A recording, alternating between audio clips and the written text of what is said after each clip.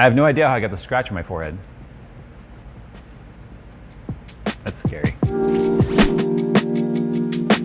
The Corsair Vengeance A4100 offers a professional streaming setup out of the box with the included Elgato 4K 60 Pro video capture card capable of recording 4K HDR10 gameplay at 60 FPS.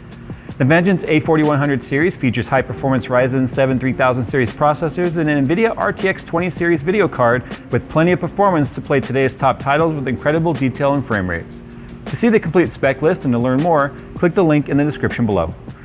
Oh, with all this hubbub about the AMD XT processors and stuff, I'm gonna do something we haven't done in a long time, and that's actually talk about overclocking an AMD processor. If all goes according to plan, I'm gonna show you guys why you really shouldn't bother. So for this particular test, we're using an Asus Crosshair 8 Hero board, which is really one of the higher end motherboards you can get for AMD. Obviously, the BIOS stuff we're going to show you here is going to be dependent on your motherboard manufacturer, so you'll need to RTFM yourself.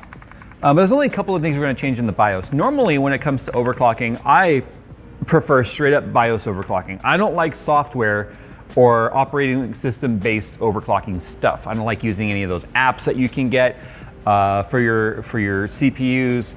Some motherboards offer their own operating system app to control the BIOS. We'll be using Ryzen Master for this, which I don't care for, but the reason why we're gonna do that is because you don't get all the options in the BIOS. To first understand overclocking on AMD, you have to understand how it's constructed, how it's glued together. On the mainstream dies or chips when it comes to CPUs from AMD, not including Threadripper. Threadripper is actually like twice what we're about to say. There are two CCXs, and basically, I guess the easiest way to look at it is they are two sets of cores, and then they work in tandem. That's where the whole, they're glued together, they're really just two CPUs, whatever. I mean, who cares how you get the performance if you get the performance? What I would do on an Intel system, quite honestly, is I would just go down to the core ratio, and I would just be like, now if this were Intel, I'd be like, let's go 50 for 5 gigs, right? And you're not gonna be able to do that in AMD.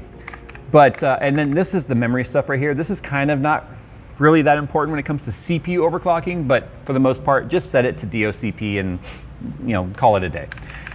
But you can see right here, we've got CPU core ratio per CCX. When it comes to the core ratio, it's 0 and 1. So actually on like a Threadripper that has 4 CCXs, it's 0, 1, 2, and 3, which is weird how the counting starts at 0, but it doesn't really matter.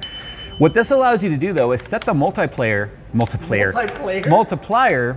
for all those cores on the CCX. We don't want to do that because AMD automatically does, and I think Intel does this too, but specifically on AMD and what we're talking about today, it will find the best cores on your CCXs and it will automatically push for Precision Boost Overdrive, PBO, it will automatically push the maximum turbo clocks to the best cores. That's gonna be done for a couple of reasons. One, stability. Two, it can usually do it on lesser voltage. This CPU, the 3800 XT, will Precision Boost Overdrive a single core to 4.7 gigahertz. Well, if we locked our CCX ratio at, let's say, 43 or 44, which is typically what people are able to get on all core, actually all core is more like 4.2, sometimes 4.3, what that has now done is taken 400 megahertz away from our single threaded performance. And that's something you don't want to give up because of gaming. Games tend to really benefit from higher core speed and it doesn't load all your cores, so you want them to be able to go up past where our all-core boost clock's gonna be. So anyway, we just are gonna leave that at auto. But what we wanna change is a couple of things when it comes to our power draw. And what we're doing here is we are just setting our CPU current capability to the maximum, which is 140%. That basically means the CPU is allowed to draw 40% more current than OEM specifications. Now, that doesn't mean it's gonna automatically do it. That's only if we start overclocking it and overvolting it enough to ask for that much, that's what it will be allowed. And that's something you typically wouldn't go anywhere near unless you're doing like the LN2 type overclocking like Steve has showed he's played around with AMD stuff on LN2. I haven't done that yet. But you definitely need to go with as much current capability as you can, otherwise you're gonna hit power limits and stuff way before you ever get to your max clocks or stable clock speeds. The other thing we're gonna be doing here, CPU power thermal control. That is essentially where the CPU will turn itself off, and I think default's 120. I had it set to 136 because I was troubleshooting something before making this video. And then the other thing we're gonna change in here in the BIOS is Precision Boost Overdrive. This is normally set to auto. I had it set to manual because I wanted to see what we were able to change here with some of the power limits right here. So we set the PPT limit to 175 because we just want to, again, give it headroom. TDC and EDC limit, I just left those alone. Platform throttle limit. Okay, if you leave it at auto, it's going to manually throttle at 95. I have it set to 100. Again, a little bit of uplift. So those are the settings that I changed in our BIOS. So far, that will have zero effect on what our CPU is going to do. Again, all I did was relax some of those limits. Now, when it comes to the logic of overclocking AMD, unlike Intel, there's 3 ways you can do it. You can go with Precision Boost Overdrive, which is where it will automatically overclock itself up to those maximum turbo frequencies that you see on the spec sheet for your particular CPU.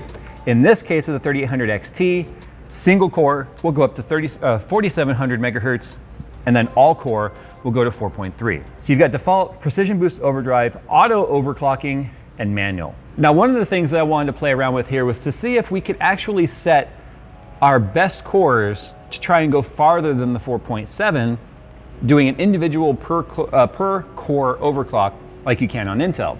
Unfortunately, on Ryzen Master, although it looks like you can do that, it doesn't actually let you do it. Now, this might seem like I'm doing an overclocking tutorial. I'm really not. Like I said, my goal here is to show you that the amount of tweaking that you have to do to get any sort of tangible improvement over what the CPU is able to do on its own isn't worth it.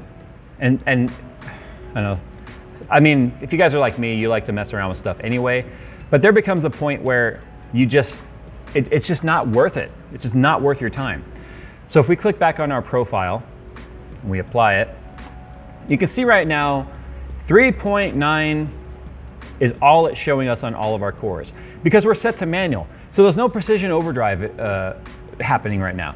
So if we go in here to Cinebench, our all core only went to 3.9. And that's because that's the base clock of the CPU. When it's under load, that's the base. That's as low as it will go unless it's starting to really thermal throttle itself to try and stay alive. 3.9 is where it starts. Anything above that is actually considered an overclock. So because we're set to manual, it's not gonna go any farther than that. So as we just demonstrated right there, 3.9 gigahertz if you set it to manual, and we're just gonna see what our score ends up being so that we can have something to compare it to as we move forward here. So that score was a 4,661, significantly lower than the factory score that you would get if you hadn't touched anything.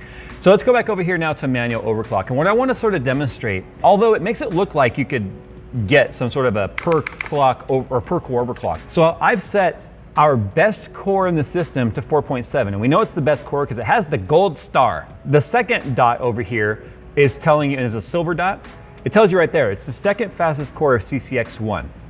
But if you do the gold star, it'll say right there, it's the fastest core in the system. And we come over here and run our test again, and we take a look at our core speeds here at our monitoring by clicking home. Well, that one went up to 4.7 like we set it to. These are still at 3.9, but look what happened here.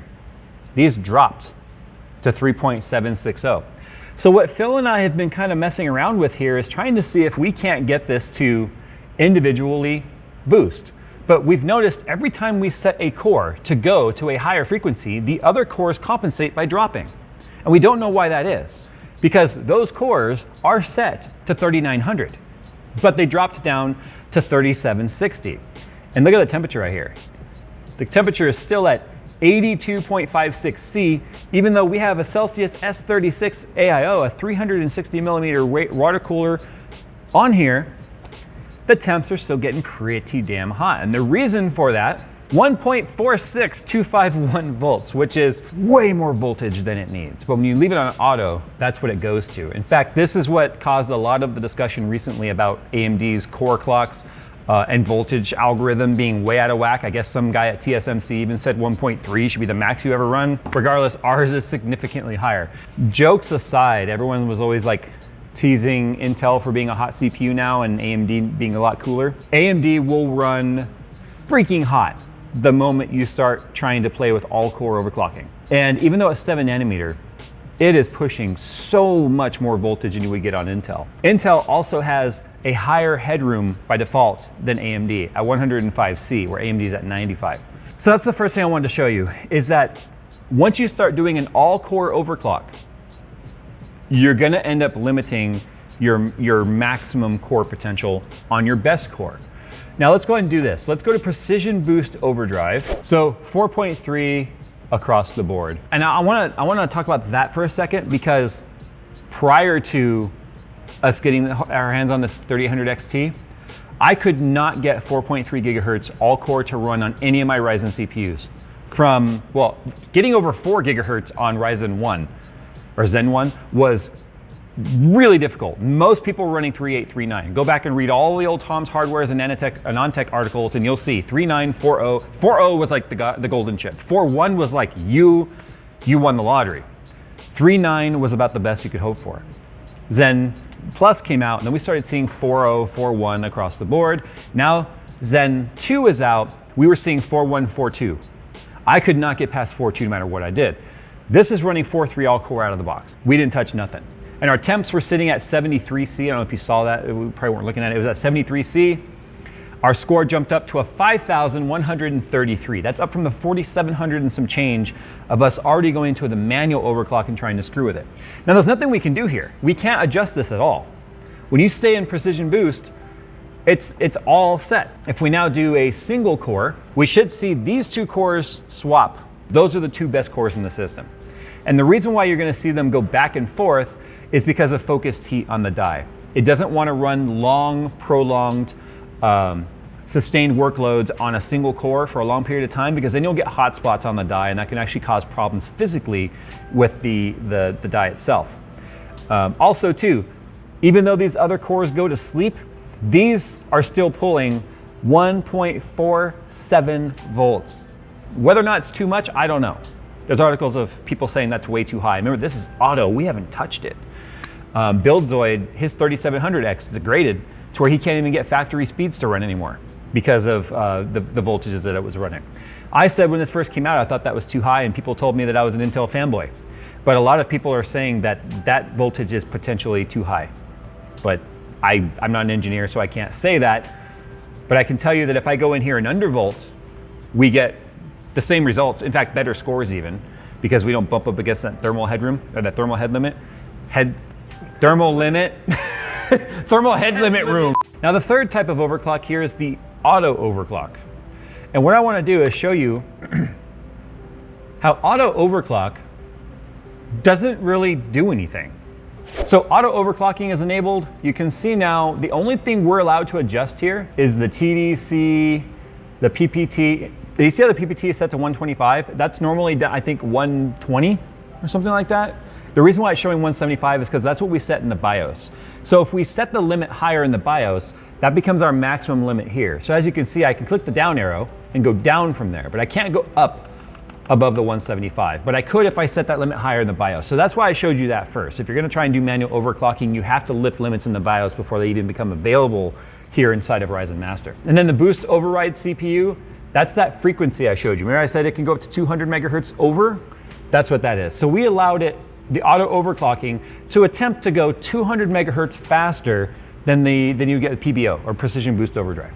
4.3 across the board is where it went. Now, if you look right here at the CCX in the gray area, it actually has a target right now of 4.925. That does not mean 4.925 on all the cores. It means 4.925 for the fastest core. That's what it's supposed to be trying to go to. And that's because it added 200, technically 225, but it added 200 because we set 200 plus to the Precision Boost Overdrive. But it's not doing it. 4668, 4692, and then just swap to the other one, 47. Everything is in the green and nice and low. It didn't even attempt to go there. So here's what I'm gonna do real quick. I am gonna show you guys my maximum manual overclock that I was able to achieve out of this. And then what we'll do is we'll compare the manual overclock that I got to the Precision Boost Overdrive, which is just the CPU doing it itself. And we'll do the same 6 tests that we did in our review, and then we'll compare those results to see. And what's funny is I already know what these numbers are because we've literally spent a day finding these numbers. And you'll see what the differences are, and then we'll talk about whether or not it's something you should even bother wasting your time with.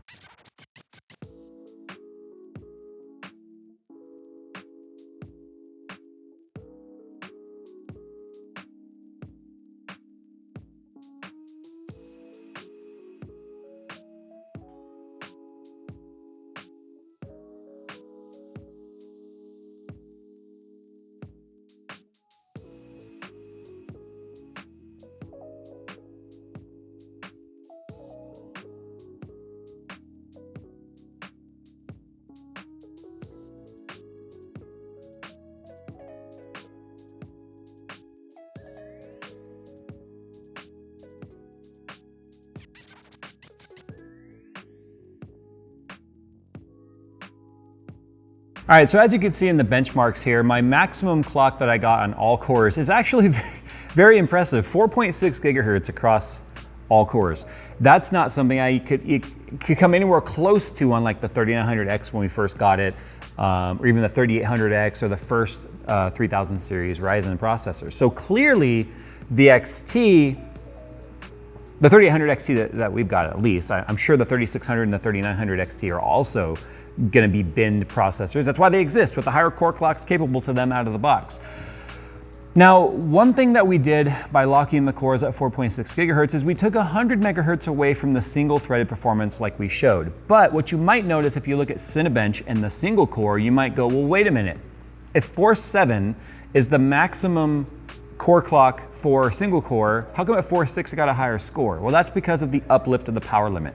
Even though we have only a single core going to load, it still has to fall under the same limitations in terms of power limit and power draw and all that per core, not just for the entire package. So by bringing all of those limits up meant that it was able to actually stay at 4.6 locked without fluctuations at all. What we actually observed with 4.7 with factory settings is that it would kind of bounce around a little bit. It also changed off cores quite a bit. And every time it has to hand off that task to the other core, there's kind of a pause, a little bit of latency happening there as that core then ramps up and then goes up again.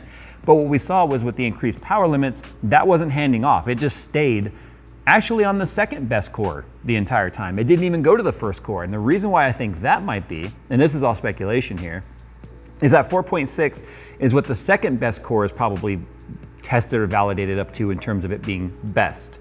So since we weren't going 4.7, it probably didn't even it didn't see the need of sending that task over to the best core, because the second best was able to handle it for what we were asking it to do, and it just had no reason to do that. And I think that's why our score came up.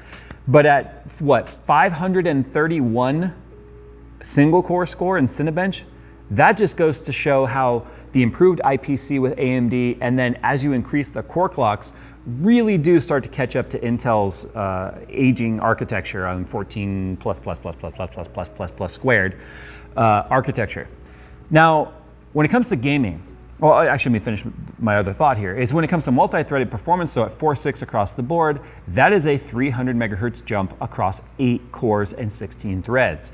So obviously, Geekbench, Cinebench, and Blender all saw significant improvements up to double digits, around anywhere between 8 to 10% improvement. Now, when it comes to games, not so much. And that being because 4.6 gigahertz on all cores was pretty much enough to no longer really be a bottleneck on the 2080 Ti that's slightly overclocked. Now, I saw some comments in my previous video saying by using this graphics card, we were artificially causing ourselves numbers that seem skewed because this cooler is already slowing down the card, and for various reasons, we should have used a different card. This was overclocked with power limits moved all the way up, and the fan speed is actually set to 100. So the core clock on the graphics card did not fluctuate. It stayed at the setting where we set it. So that was not an issue right there. I just wanted to sort of address that if you saw this here when I was thinking that had anything to do with our scores not changing really with FPS. That's not it. A for effort, but your argument's completely flawed. When it comes to the increase though that we saw on the single core, it's just like on the GPU where you move that power limit slider up, and so you're not seeing the fluctuations in core clock. It was the same thing that was happening at single core. So we actually saw a benefit to single core, and we saw obviously a benefit across the board in multi-threaded tasks. Games, really not so much. Now, on the surface, this might seem like, well, okay, Jay, you said at the beginning of this video you were gonna tell us why you shouldn't overclock AMD. It might seem like, well, I just made a really good argument as to why you should. There's a lot of evidence stating from various people that degradation is a problem on these CPUs. The amount of voltage it asks for when you don't even adjust it is astronomically high. It wanted 1.47 volts across all cores. Now what's funny is when you leave it in Precision Boost Overdrive, by default it dropped down to like 139. But I was able to actually undervolt it back down to 1.4 volts, which is still fairly high for all core. We saw temperatures really reduce. But even with the 360 AIO, we were seeing temps at 90 C on water on this particular CPU in an open air test bench. So you stick it in a case and you start to reduce the airflow or get any sort of recycled warm air through the cooler, you're gonna see those temps come up and probably turn into a problem in terms of heat. I am also suspecting this CPU might already be slightly degrading. Not that it's calling you bad names or anything like that. I think it's degraded slightly. I was able to get 4.65 gigahertz out of all cores on less voltage, and I was running 4.6 right now. So in the full day's worth of testing and heat loading and back-to-back runs, I had to drop at 50 megahertz and bump it up 2 clicks on the voltage button to get it to go stable again. So I feel like if we were to do this for another day or two, we might lose even more core clock out of it. And there's people like BuildZoid who's talked about the degradation of his CPU, and you can just go into the AMD subreddit and you can find all kinds of stories of people's 3000 series processors no longer hitting the precision boost overdrive numbers that they were expecting to see, and some of them no longer boosting at all. And that's what's led to a lot of the articles about whether or not the voltage out of the box on these is set way too aggressive. Now, if you remember where that story was left off was AMD was blaming the motherboard manufacturers, but then again, the motherboard manufacturers are like, it's only giving what the CPU is asking for. So there's still no definitive, and nobody's really circled back and really kind of tried to get down to the core of that root or that issue, and we still don't know exactly what that is. So that's why my recommendation, quite honestly, is although 500 points in Cinebench looks really nice, and you are seeing significant core or speed improvement and score improvement in things like Geekbench, I don't feel that these are things you would truly notice.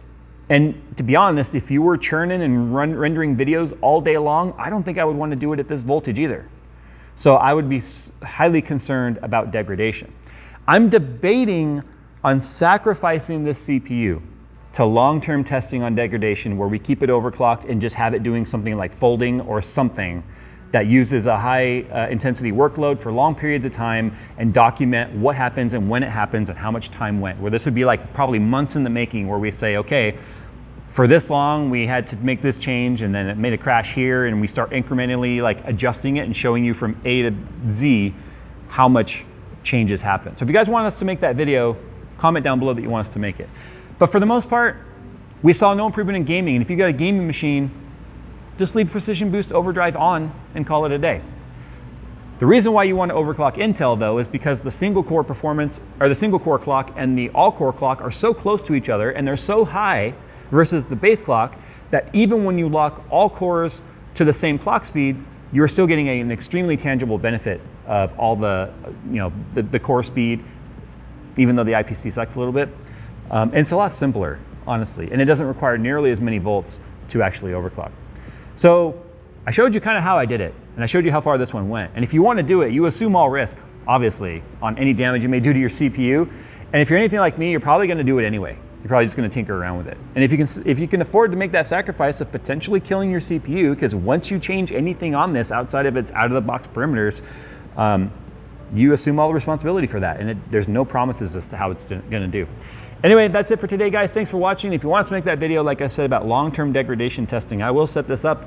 Maybe we'll take some suggestions on what software you think we should run for the long-term testing to see how this does. Something more realistic, maybe that's got some wave pattern to it, not just pegged the whole time. Then again, I guess if we want to check degradation, we would want to peg it, right? It's like the equivalent of seeing how long an engine will last once you drain the oil out of it. All right, guys, thanks for watching, and as always, we'll see you in the next one.